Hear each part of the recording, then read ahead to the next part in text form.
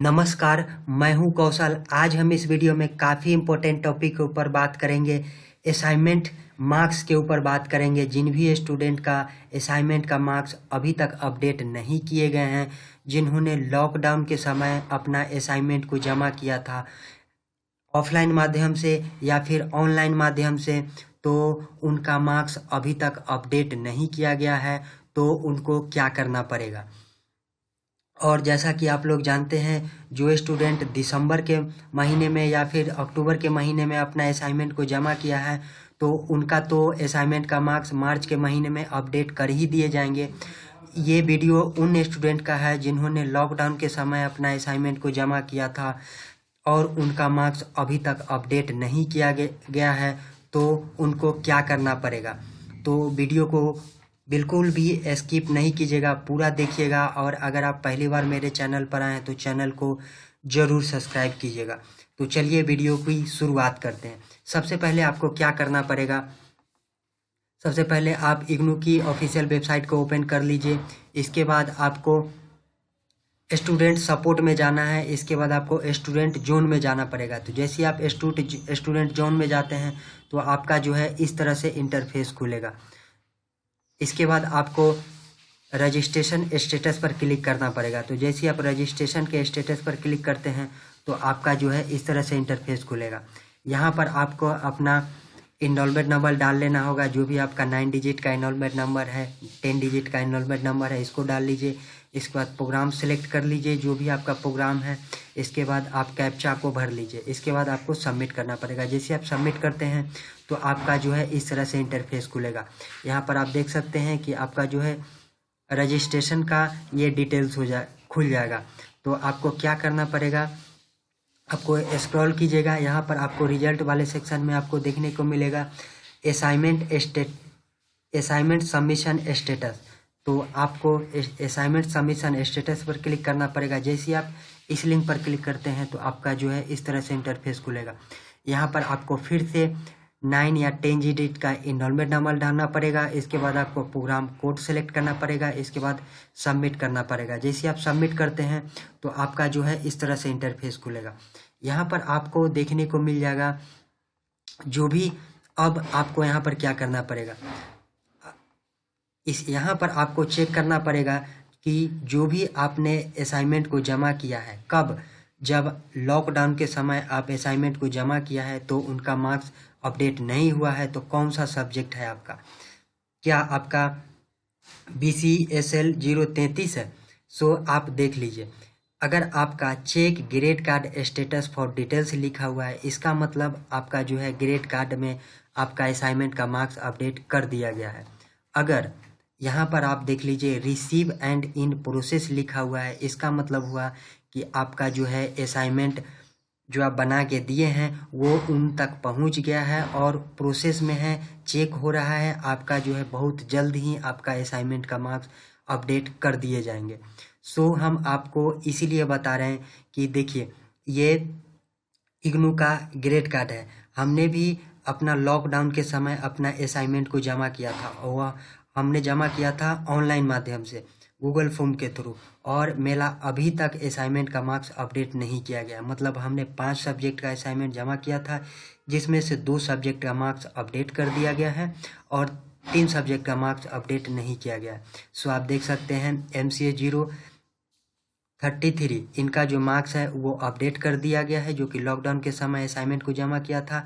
लेकिन इन सब सब्जेक्ट का जो है लॉकडाउन के ही समय असाइनमेंट को जमा किया था, लेकिन अभी तक असाइनमेंट का मार्क्स अपडेट नहीं किया गया।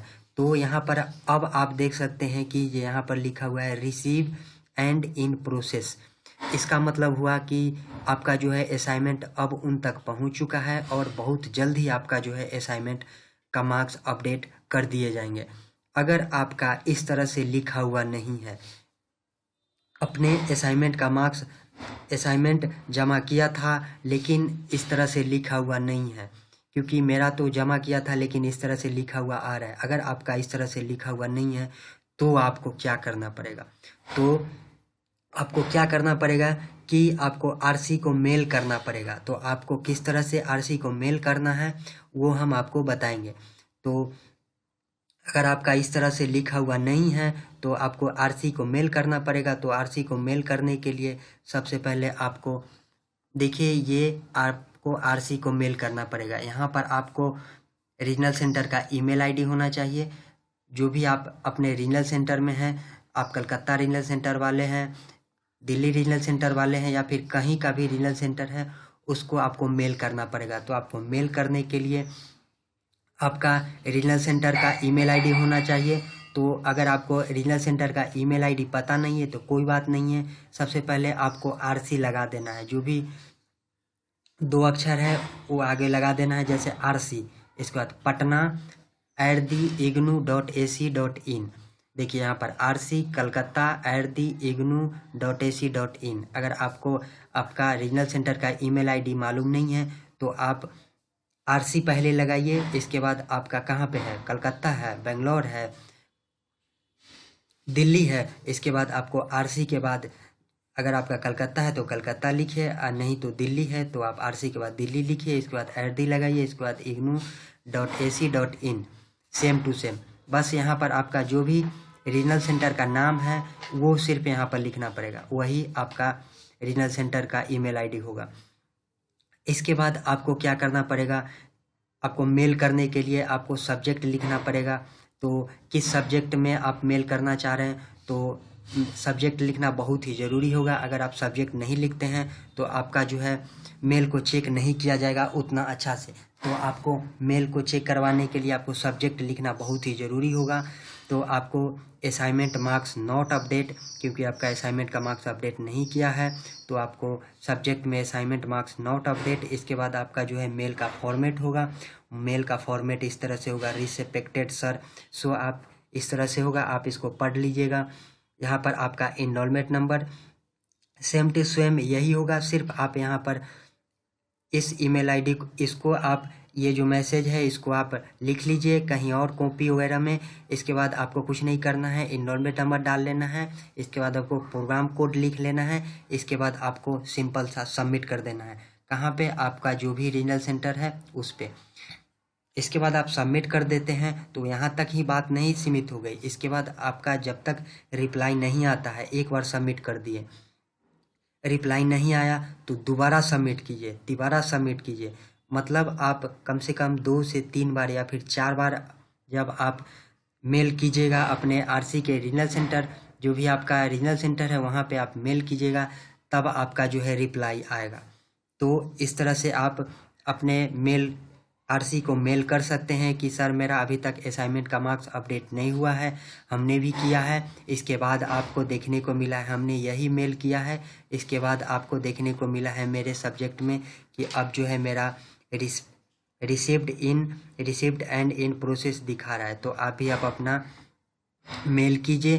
तो बस इस वीडियो में इतना ही था। वीडियो अगर पसंद आया तो लाइक कीजिए, सब्सक्राइब कीजिए और इस वीडियो को शेयर कीजिए उन स्टूडेंट के पास जिन्होंने लॉकडाउन के समय अपना असाइनमेंट को जमा किया था लेकिन उसका मार्क्स अभी तक अपडेट नहीं हुआ है।